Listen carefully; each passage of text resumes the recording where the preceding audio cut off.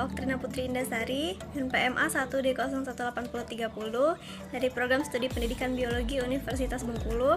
Nah, pada video kali ini saya akan menjelaskan mengenai konsep ekosistem, dimulai dari pengertian ekosistem menurut beberapa para ahli, konsep ekosistem itu sendiri, lalu pembagian ekosistem menurut dari segi struktural dan fungsional. Oke, kita masuk ke materi pertama, yaitu mengenai konsep ekosistem. Nah, konsep ekosistem merupakan suatu konsep yang luas, yang merupakan konsep dasar dari biologi atau dalam bidang ekologi, yang menekankan pada hubungan timbal balik dan saling berkaitan antar organisme hidup dengan lingkungannya yang tak hidup. Sebenarnya, berbagai konsep ekosistem pada dasarnya sudah dimulai dirintis oleh beberapa pakar ekologi. Contohnya, yaitu pada tahun 1877, Carl Moebius menggunakan istilah biokonosis. Kemudian, pada tahun 1887, Forbes menggunakan istilah mikrokosmos. Nah, istilah ekosistem mula-mula diperkenalkan oleh seorang pakar ekologi dari Inggris bernama Arthur J. Tansley, yaitu pada tahun 1935. Hingga akhirnya istilah ekosistem lebih banyak digunakan dan dapat diterima secara luas sampai sekarang. Pengertian ekosistem menurut para ahli. Yang pertama yaitu menurut Arthur J. Tansley, yaitu pada tahun 1935. Beliau menyatakan bahwa ekosistem adalah suatu unit ekologi atau an ecological unit, di mana di dalamnya terdapat struktur dan juga fungsi. Struktur dalam ekosistem tersebut yaitu berhubungan dengan keanekaragaman spesies. Pada ekosistem yang memiliki struktur kompleks, maka akan memiliki keanekaragaman spesies yang cukup tinggi.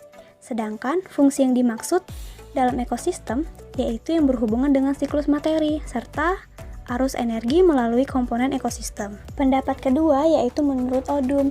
Beliau menyatakan bahwa ekosistem yaitu seperangkat unit fungsional dasar dalam suatu ekologi yang di dalamnya tercakup organisme dan lingkungan.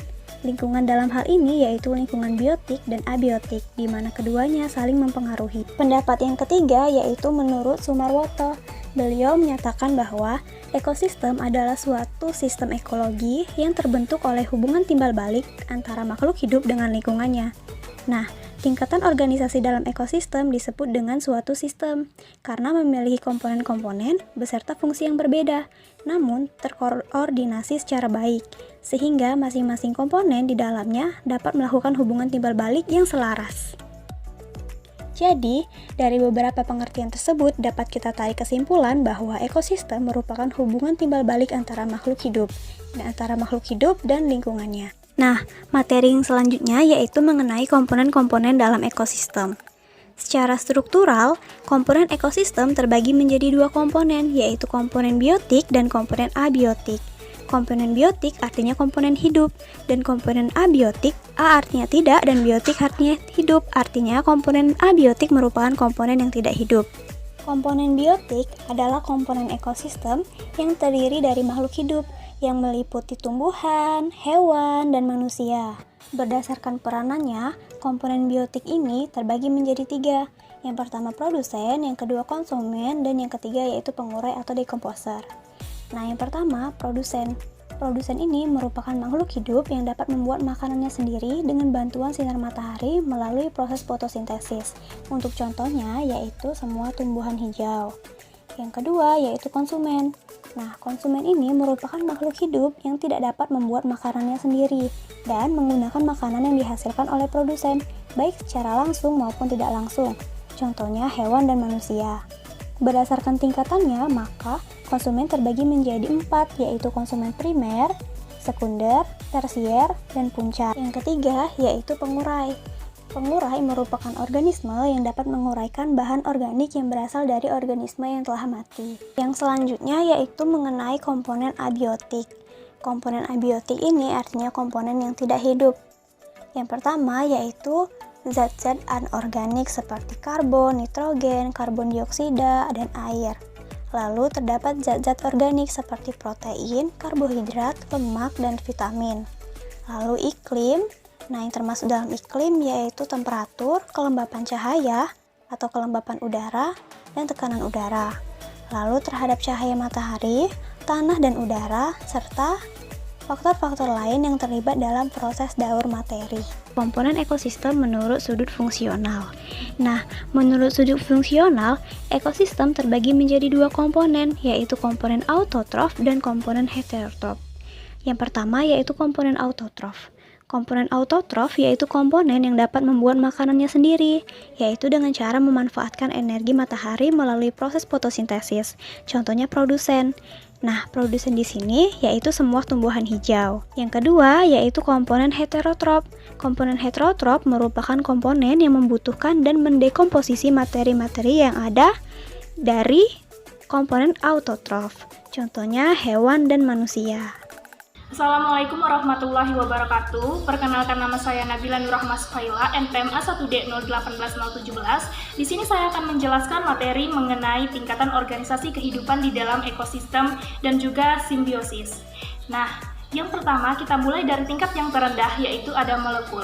Menurut Petrucci tahun 1996, molekul merupakan sekumpulan atom yang saling terikat dan membentuk suatu kesatuan serta memiliki sifat fisika dan kimia yang khas. Adapun contoh dari molekul yaitu ada pada gambar berikut ini, ada molekul air, molekul karbohidrat, molekul protein, dan lain-lain. Selanjutnya pada tingkat kedua ada sel. Sel merupakan unit struktural dan unit fungsional terkecil pada makhluk hidup. Mengapa disebut sebagai unit struktural? Karena sel merupakan penyusun mendasar bagi tubuh makhluk hidup, sedangkan disebut sebagai unit fungsional karena di dalam sel juga terjadi proses kehidupan seperti respirasi, transportasi, sekresi, eksersi. Seperti pada gambar di samping ini ada sel hewan dan juga sel tumbuhan. Selanjutnya pada tingkat yang ketiga ada jaringan. Jaringan merupakan kumpulan dari sel yang mempunyai asal, struktur, dan juga fungsi yang sama.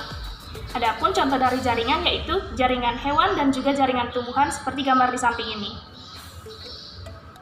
Lanjut, pada tingkat yang kelima ada organ.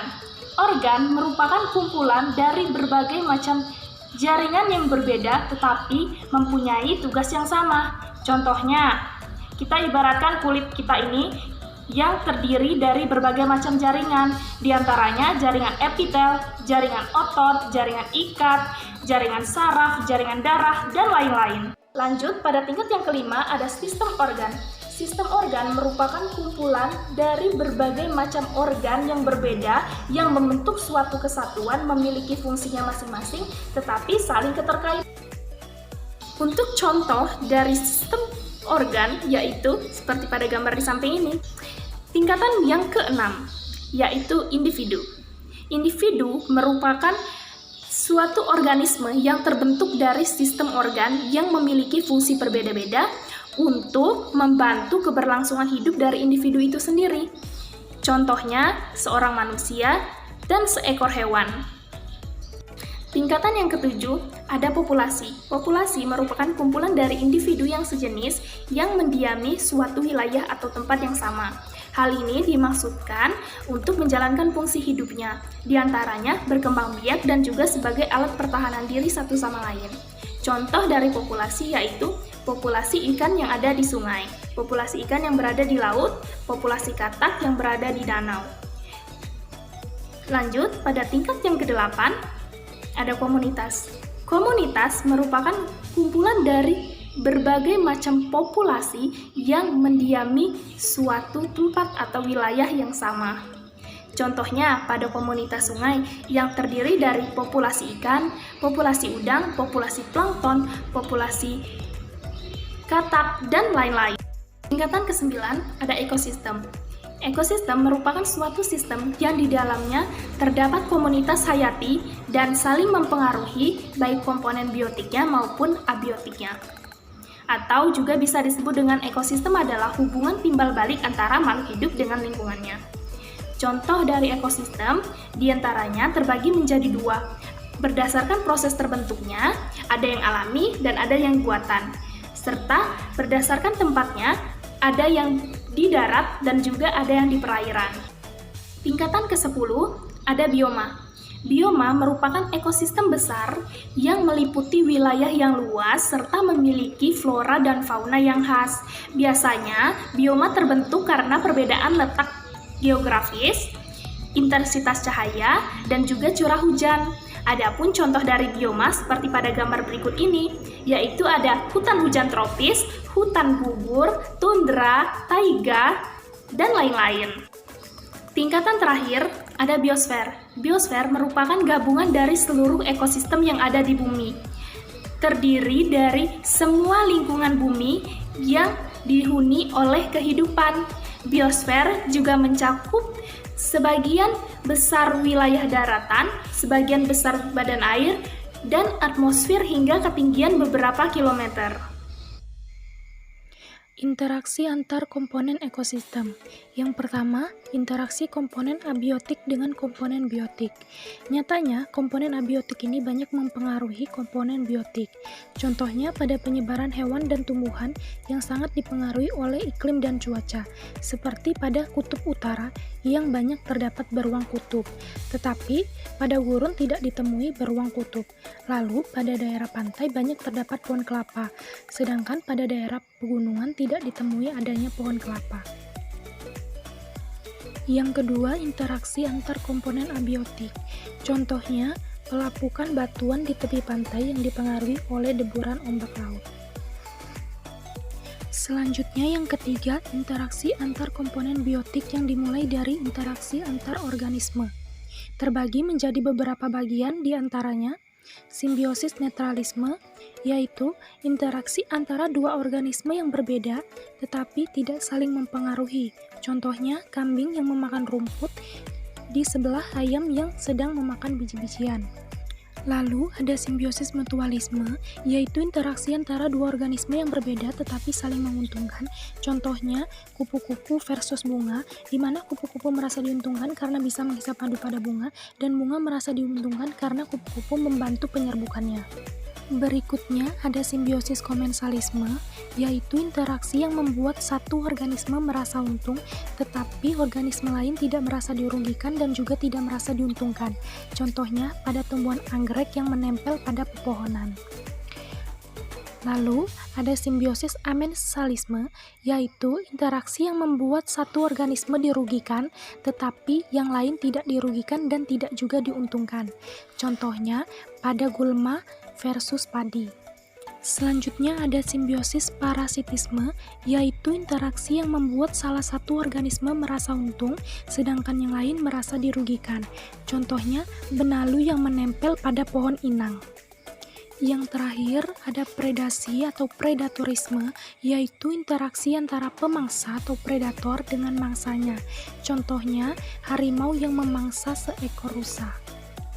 Berikutnya ada interaksi antar populasi yang terbagi menjadi dua, dimulai dari kompetisi intraspesifik yang merupakan kompetisi yang melibatkan organisme dengan spesies yang sama. Contohnya, singa jantan versus singa jantan yang berebut untuk mendapatkan pasangannya.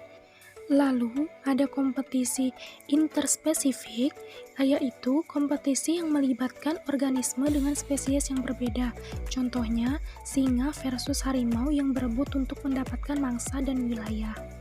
Assalamualaikum warahmatullahi wabarakatuh. Saya Tri Irama Setiadi, NPMA 1DNL1829 akan melanjutkan penjelasan mengenai subjudul materi Kenali Biologi dari Lingkungan Kimia. Oke, langsung saja kita mulai. Kimia lingkungan adalah salah satu cabang ilmu kimia yang mempelajari masalah lingkungan hidup yang berhubungan dengan reaksi kimia. Yang pertama, ada pencemaran udara.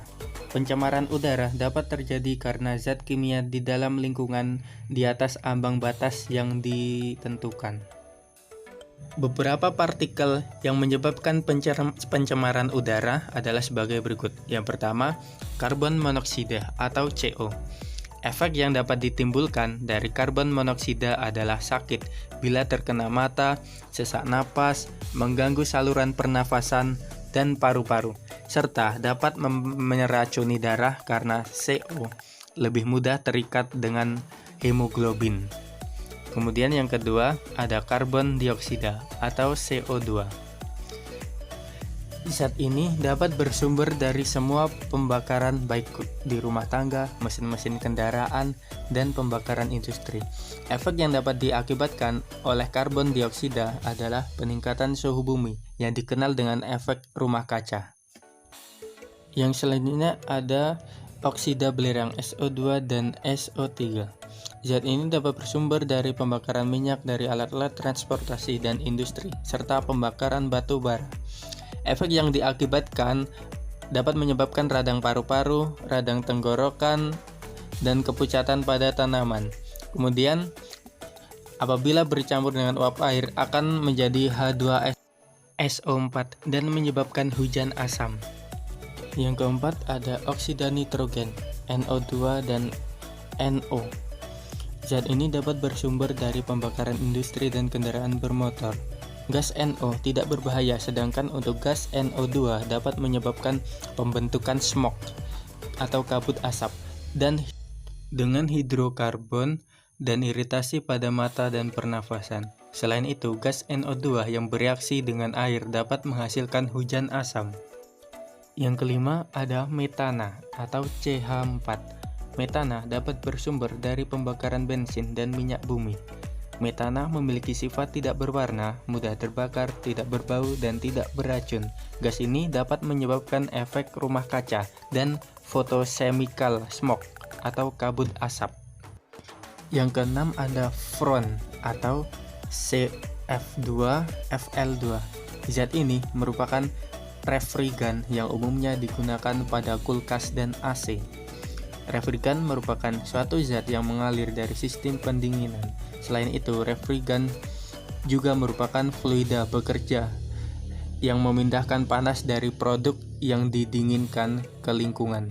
Akan tetapi, freon yang biasanya digunakan sebagai zat pendingin kulkas dan AC telah lama tidak diproduksi karena sifatnya yang kurang ramah lingkungan.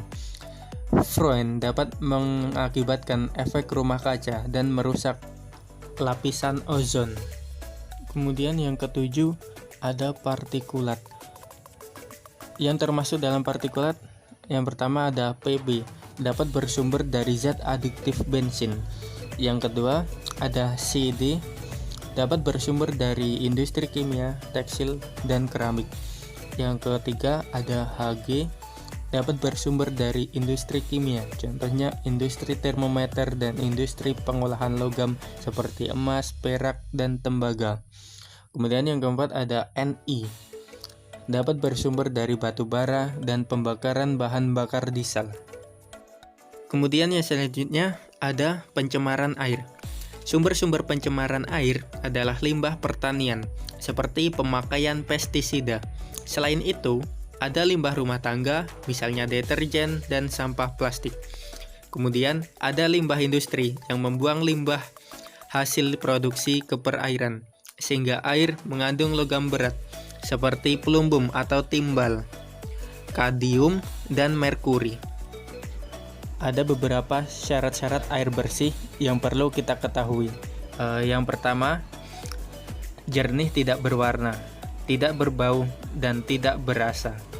Yang kedua, mempunyai pH netral yaitu sekitar 7. Yang ketiga, mengandung oksigen terlarut atau DO lebih dari 5 ppm.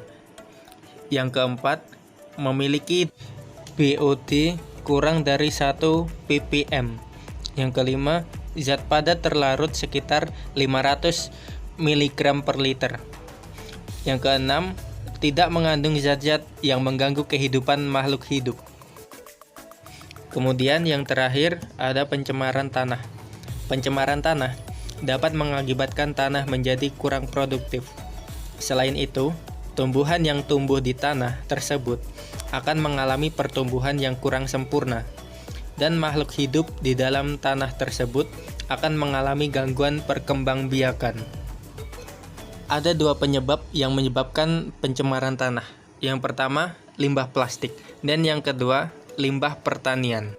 Sampah plastik merupakan bahan yang tidak dapat dibiodegradasi, yaitu tidak dapat diuraikan oleh mikroorganisme dalam tanah. Hal ini akan menurunkan kesuburan tanah. Contohnya limbah plastik adalah kantong plastik sisa makanan, dan botol minuman plastik. Pencegahan limbah plastik adalah dengan cara mendaur ulang sampah tersebut. Kemudian ada limbah pertanian. Contohnya adalah pemakaian pupuk yang berlebihan. Pupuk yang tadinya digunakan untuk menjadikan tanah subur beralih fungsi menjadi merusak kesuburan tanah. Pupuk dapat membunuh organisme pengurai dalam tanah. Pupuk dibedakan menjadi dua, yaitu pupuk alami, contohnya pupuk kandang, pupuk hijau, dan pupuk kompos. Kemudian pupuk buatan atau pupuk kimia, contohnya pupuk nitrogen, pupuk fosfor, pupuk kalium, pupuk majemuk, dan pestisida. Demikianlah penjelasan materi dari saya. Akan dilanjutkan oleh rekan saya. Baiklah, perkenalkan, nama saya Gaby Grace Damayanti Purba, NPM A1D018001. Baiklah, di sini saya akan mempresentasikan produksi dan dekomposisi di alam. Produktivitas mangrove dapat dihasilkan melalui gugusan daun serasa yang akan mengalami dekomposisi dan akan menjadi stok unsur hara yang dapat dimanfaatkan lebih lanjut bagi keberlangsungan ekosistem. Serasa mangrove merupakan penyuplai bahan organik terhadap kesuburan ekosistem mangrove, sehingga mampu menunjang kehidupan makhluk hidup di dalamnya. Kawasan hutan mangrove merupakan tempat mencari makan dan daerah pemijahan dari berbagai jenis ikan, udang, dan biota laut lainnya, serta penghasil sejumlah detritus bagi plankton yang merupakan sumber makanan utama biota laut. Manfaat akumulasi bahan organik hasil dekomposisi serasa hutan mangrove antara lain memperkaya hara pada ekosistem mangrove sebagai daerah asuhan dan pembesaran, daerah pemijahan, dan perlindungan bagi aneka biota perairan. Hutan mangrove merupakan ekosistem utama pendukung kehidupan masyarakat pesisir. Selain mempunyai fungsi ekologi sebagai penyedia makanan bagi biota laut, penahan abrasi pantai, penahan gelombang dan tsunami, penyerap limbah, pencegah intrusi air laut, hutan mangrove juga berfungsi untuk menyediakan kebutuhan pangan penduduk di sekitarnya. Salah satu mikroorganisme yang berperan dalam proses dekomposisi adalah bakteri. Bakteri terdapat hampir di seluruh ekosistem yang bertanggung jawab untuk mendaur ulang unsur-unsur seperti karbon, nitrogen, dan fosfor. Energi yang terdapat dalam tubuh bakteri sebenarnya lebih besar dibandingkan dengan energi yang terdapat dalam tubuh organisme lainnya, sehingga bakteri dapat mengatur sistem rantai makanan di perairan dan di daratan. Keberadaan bakteri di daerah hutan mangrove memiliki arti yang sangat penting dalam menguraikan serasa daun mangrove menjadi bahan organik yang sangat penting dalam penyediaan makanan bagi organisme yang mendiami hutan mangrove. Dekomposisi di alam. Dekomposisi merupakan proses perubahan secara fisik maupun kimiawi yang sederhana oleh mikroorganisme tanah. Terkadang disebut mineralisasi. Dekomposisi merupakan proses yang dinamis dan sangat dipengaruhi oleh lingkungan. Contohnya pH, iklim, temperatur, kelembapan. Proses dekomposisi dimulai dari penghancuran yang dimulai dari serangga kecil terhadap tumbuhan dan sisa bahan organik mati menjadi ukuran yang lebih kecil. Faktor utama yang mempengaruhi laju dekomposisi bahan organik yaitu jenis dan ukuran partikel bahan organik, jenis dan jumlah mikroorganismenya, ketersediaan karbon, nitrogen, fosfor, dan kalium, kelembapan tanah, temperatur. pH dan aerasi pelapukan bahan organik bisa terjadi secara alami di lingkungan terbuka dalam keadaan basah dan lembab dengan kerjasama antara mikroorganisme tanah. Dekomposisi serasa merupakan proses yang sangat penting dalam dinamika hara pada suatu ekosistem. Dekomposisi serasa merupakan langkah penting dalam siklus hara dan dapat memberikan nutrisi pada tanaman. Dekomposisi serasa daun yang disertai pelepasan nutrien merupakan fungsi yang sangat penting di perairan mangrove. Melalui proses dekomposisi nutrien dilepaskan ke ekosistem estuari dan laut terbuka.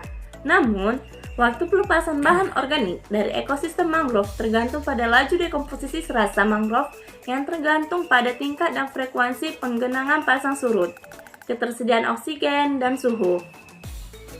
Demikianlah presentasi saya, semoga bermanfaat. Terima kasih. Assalamualaikum warahmatullahi wabarakatuh. Nama saya Lestari Rahmania, NPM A1D018034. Saya akan menyampaikan materi mengenai homeostatis ekosistem. Sebelumnya, kita harus mengetahui terlebih dahulu apa itu homeostatis. Homeostatis terdiri dari dua kata, yaitu homeo dan statis. Homeo berarti sama dan statis berarti tetap. Jadi, homeostatis berarti tetap sama. Sedangkan homeostatis ekosistem adalah kecenderungan sistem-sistem biologi untuk bertahan terhadap perubahan untuk tetap berada dalam keadaan keseimbangan. Dalam ekosistem, ada yang hidup berdampingan, ada yang bekerja sama, ada yang menyesuaikan diri, ada yang melindungi diri, ada yang antagonis, dan ada pula yang menguasai atau eksploitasi. Suatu lingkungan dapat dikatakan seimbang apabila memiliki ciri-ciri di antaranya. Yang pertama, lingkungan yang di dalamnya terdapat pola-pola interaksi. Yang kedua, lingkungan yang mampu mempertahankan terhadap gangguan alam baik secara alami maupun non-alami. Yang ketiga, lingkungan yang memiliki daya dukung lingkungan, yaitu lingkungan yang mampu mendukung semua kehidupan organisme karena di dalam lingkungan terdapat berbagai sumber daya alam, baik hayati maupun non-hayati. Dan yang terakhir, terbentuknya lingkungan yang klimaks, yaitu lingkungan yang banyak ditumbuhi pohon-pohonan seperti hutan. Keseimbangan ekosistem bukanlah sesuatu yang bersifat mutlak, karena keseimbangan ekosistem dapat terganggu. Keseimbangan ekosistem dapat terganggu disebabkan oleh dua faktor, yaitu faktor alami dan faktor manusia. Gangguan ekosistem yang disebabkan faktor alami adalah gangguan yang berasal dari aktivitas alam itu sendiri tanpa adanya campur tangan manusia. Sedangkan gangguan ekosistem yang disebabkan oleh faktor manusia adalah gangguan yang disebabkan oleh kegiatan manusia. Adapun contoh dari gangguan ekosistem yang disebabkan oleh faktor alami yaitu seperti gunung meletus, tsunami, badai, dan kebakaran hutan akibat cuaca ekstrim. Sedangkan contoh dari gangguan ekosistem yang disebabkan oleh faktor manusia yaitu penebangan pohon secara liar dan pembakaran hutan, perburuan hewan secara liar, dan penggunaan pupuk yang secara berlebihan. Adapun upaya untuk menjaga keseimbangan ekosistem dapat dilakukan dengan cara-cara sebagai berikut. Yang pertama, melakukan penanaman ulang atau reboisasi terhadap hutan-hutan yang gundul. Yang kedua, tidak membuang sampah sembarangan. Yang ketiga, melakukan tebang pilih. Yang keempat, melarang perburuan liar. Yang kelima, tidak menggunakan pestisida secara berlebihan atau menggunakan pupuk organik. Dan yang keenam, membuat peraturan atau sanksi tegas bagi yang menyebabkan ketidakseimbangan ekosistem. Jadi, peran manusia dalam menjaga keseimbangan ekosistem sangatlah besar karena manusia menjadi makhluk yang memiliki kemampuan berpikir lebih tinggi, sehingga menjadi makhluk yang dominan untuk menjaga keseimbangan ekosistem.